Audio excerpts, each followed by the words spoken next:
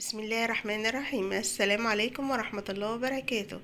ازيكم حبايبي؟ عاملين ايه؟ يا رب تكونوا بخير. كل سنة وانتم طيبين ورمضان كريم عليكم. لازم في رمضان بقى نعمل الزبادي. طبعا انتوا عارفين الزبادي بقى اسعاره دلوقتي مبالغ فيها. هنعمله بقى من كيلو لبن. هنعمل كمية حلوة جدا يا حبايبي. بصوا بقى شكله ما شاء الله. بصوا متماسك تحفة جدا. بصوا بصوا ما شاء الله. بصوا متماسك، ما بيسردش ميه، ما فيهوش مراره. يلا بينا ندخل بقى على الفيديو ونشوف هنعمل العظمه دي كلها ازاي مع بعض. يلا بينا بقى نشوف قوام الزبادي. بصوا ما شاء الله متماسك.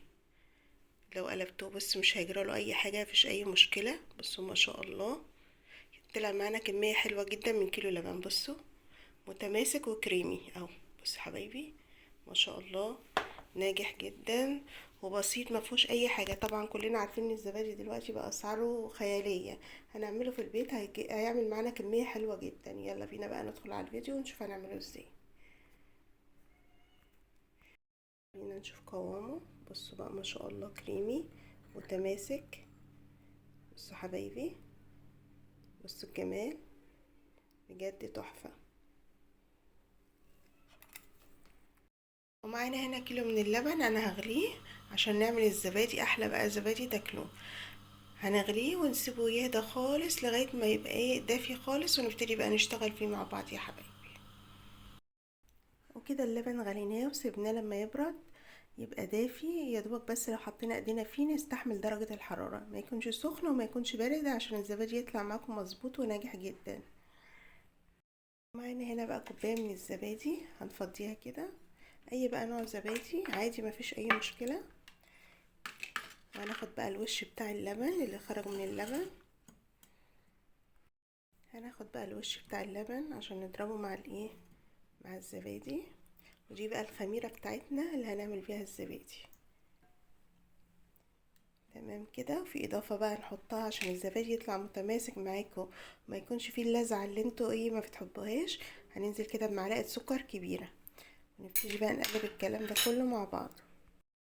وهنقلب بقى الخميرة الايه بتاعتنا، وش اللبن مع السكر، وندوبهم كويس قوي. وكده تمام. الخميرة بتاعتنا بقت جاهزة معانا. اهم حاجة ندوبها كويس قوي عشان الزبادي بتاعنا يبقى كريمي وناعم، وفي نفس الوقت ايه ما يسردش مية كده، ويبقى ايه متماسك. اهم حاجة الخطوة دي. تمام كده بقى جاهز معانا. هننزل بقى باللبن كده في الكبة او في الخلاط يا حبايبي، اللي تحبوه. كده بعد ما نزلنا باللبن هننزل بقى بالخميرة بتاعتنا. ودي بقى اللي هتدينا بقى زبادي ناجح جدا جدا. هنضربهم كده في الكبة ضربة واحدة عشان كل الكلام ده ينعم مع بعض. هنضربهم في الكبة. وبجد الطريقة دي يا جماعة ناجحة جدا، انا ما بغيرهاش، بعملها كل سنة وبتطلع معايا ناجحة جدا. يلا نضربهم مع بعض.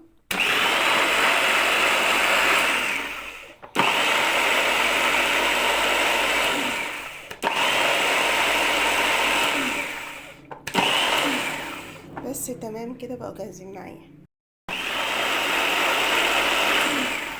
وخلاص كده تمام بقوا جاهزين معايا. وهنبتدي بقى نصب الزبادي بتاعنا. بصوا بقى مفيش ابسط واسهل من كده. بصوا بقى الجمال، بجد رهيب رهيب رهيب يا جماعة. هو بسيط جدا. بصوا اقتصادي بجد، هيفرق معاكم كتير. طبعا انتوا عارفين كوباية الزبادي وصلت كام دلوقتي؟ كوباية وصلت 10 جنيه و9 جنيه في محلات معينة، وبجد طعمها مش قد كده. وهتلاقوا بقى الزبادي فيه لذعة كده مش حلوة. انا هصب الكوبايات كلها كده. ما شاء الله بصوا كمية حلوة جدا جدا يا حبايبي.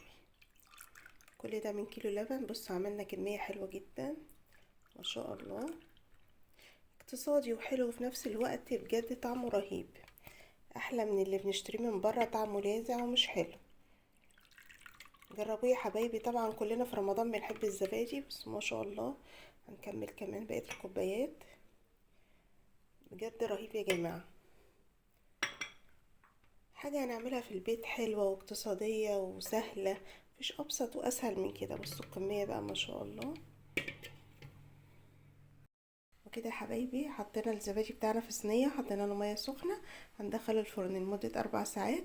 الفرن هنكون مسخنينه وطافيينه لمدة 4 ساعات، وهنشوفه مع بعض هيكون متماسك ازاي وهيطلع ناجح جدا معانا. لو وصل هنا بقى يا حلوين ما ينساش بقى اللايك الحلو. كده يا حبايبي بقى وصلنا لنهاية الفيديو. ان شاء الله طريقة الزبادي تعجبكم. ولو عجبكم بقى الفيديو ما تنسونيش في لايك وشير وسبسكرايب فضلا وليس امرا. والسلام عليكم ورحمة الله وبركاته.